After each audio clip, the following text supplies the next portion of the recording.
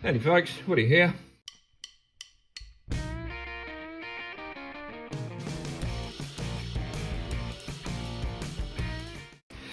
Well, this is the only pair of Knipex that I own, and I must admit I'd never even heard of alligators before I found this pair in my stepfather's shed.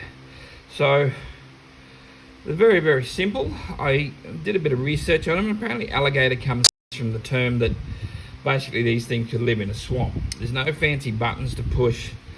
There's only really two moving parts. There's no handles to get slimy or anything. So yeah, it's very, very simple. This little half moon here, she's either locating it or she's moving. These things you could drop them in mud, wipe them off, and yeah, they're just built to take a beating. Two moving parts, so they're not the most exact things in the world, but they're certainly going to do the job, and they're certainly going to be better than bringing back something that's got a fancy button and a spring and everything that's just full of crap and good for nothing.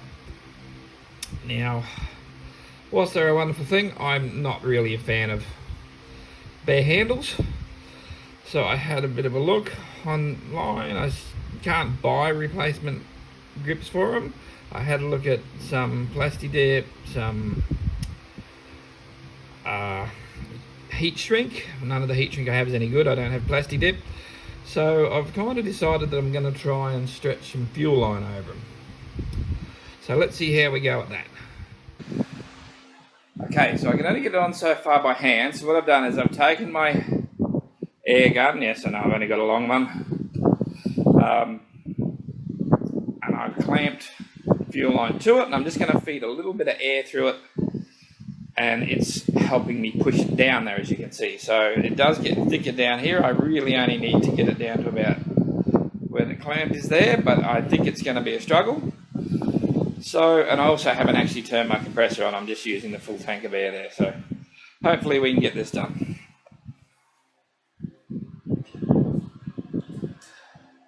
I always seem to manage to get too much of my arm into my videos.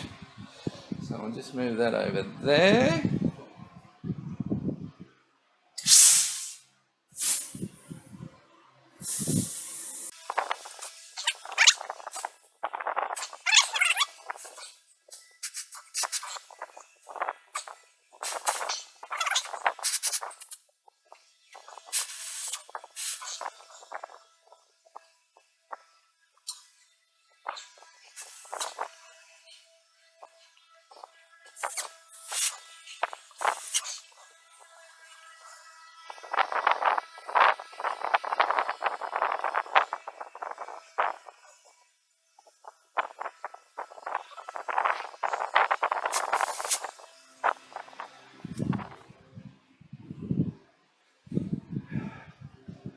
What I'd like you to do, just squeeze that trigger a little bit.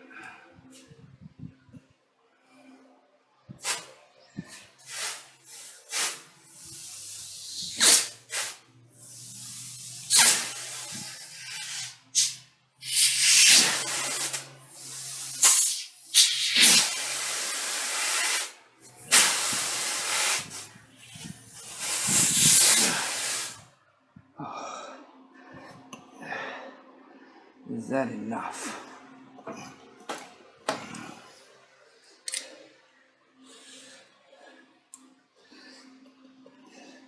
Not really. I really need it to last a little bit.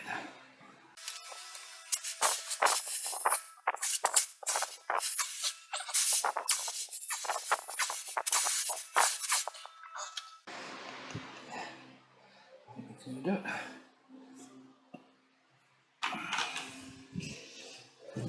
One down, one to go. I'll just cut this off, I'll tidy it up later.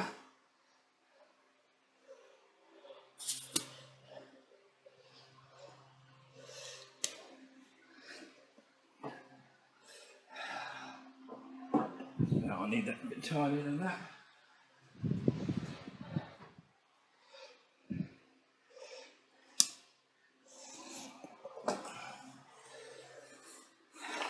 There we go here, hopefully I can get this other side down. It's far easier with someone pulling the trigger for me.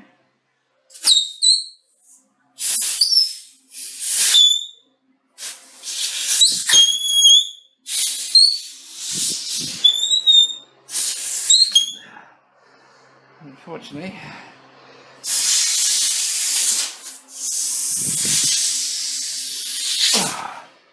hands are a bit greasy now.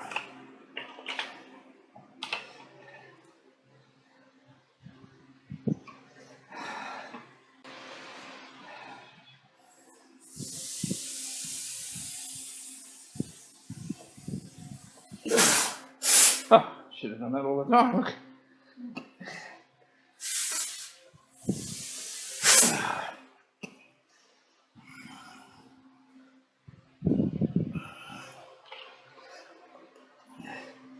A little bit further.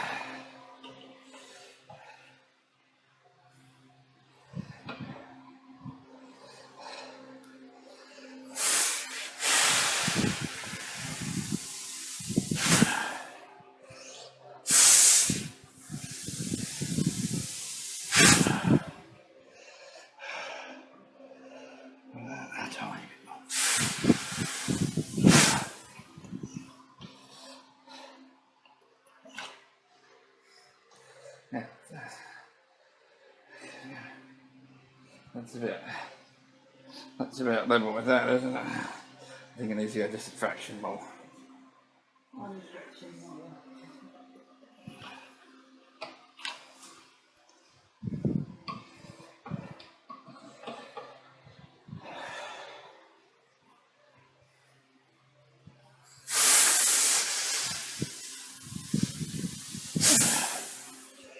There we go.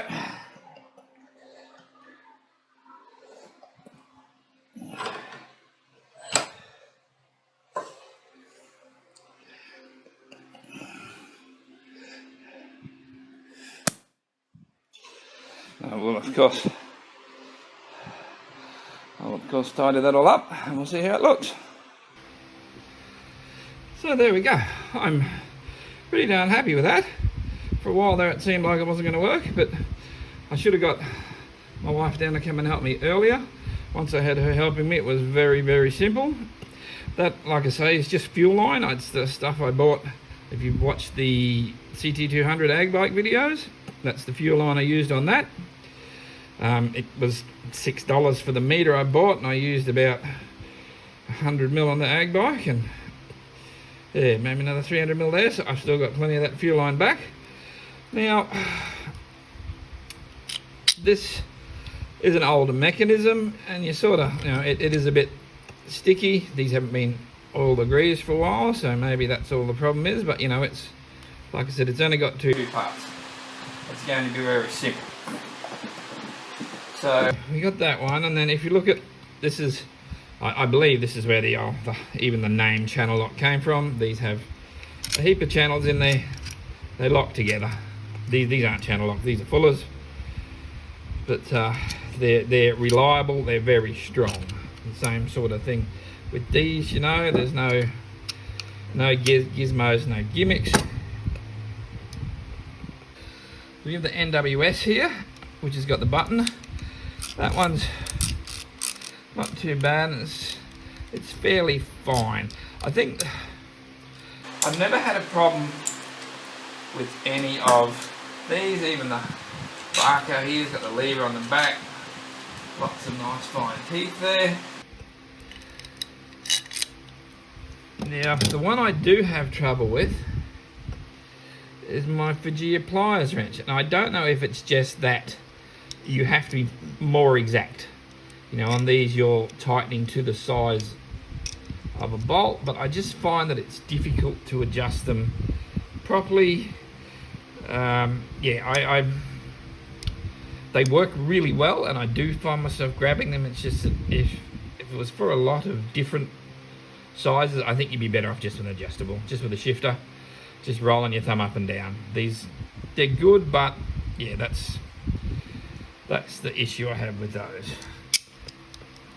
But anyway, I'm pretty happy with that. It's not quite Knipex red, but it's getting there.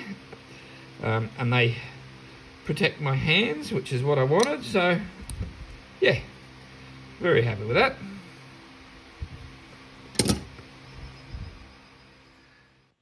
Well, I've just come back out to my shed a week or so after I put the handles on the alligator, and unfortunately it looks like one of them has not made it. So that's most annoying. It is still sitting there. I think for the amount of use these get, I'll probably just leave it like that, just see if it stays. I could probably bond it to there. I could use hot melt glue, something that can be easily removed. Yeah, that's disappointing after the amount of work I put into it, but I guess it is what it is. I do see these for sale now with the handle covers, and I suspect that I could probably get them from somewhere, but probably not worth the money, effort or exercise from here in Australia, where postage from Germany can be ridiculously expensive. But anyway, it was worth a try. Hasn't quite worked, but you got to try things, don't you?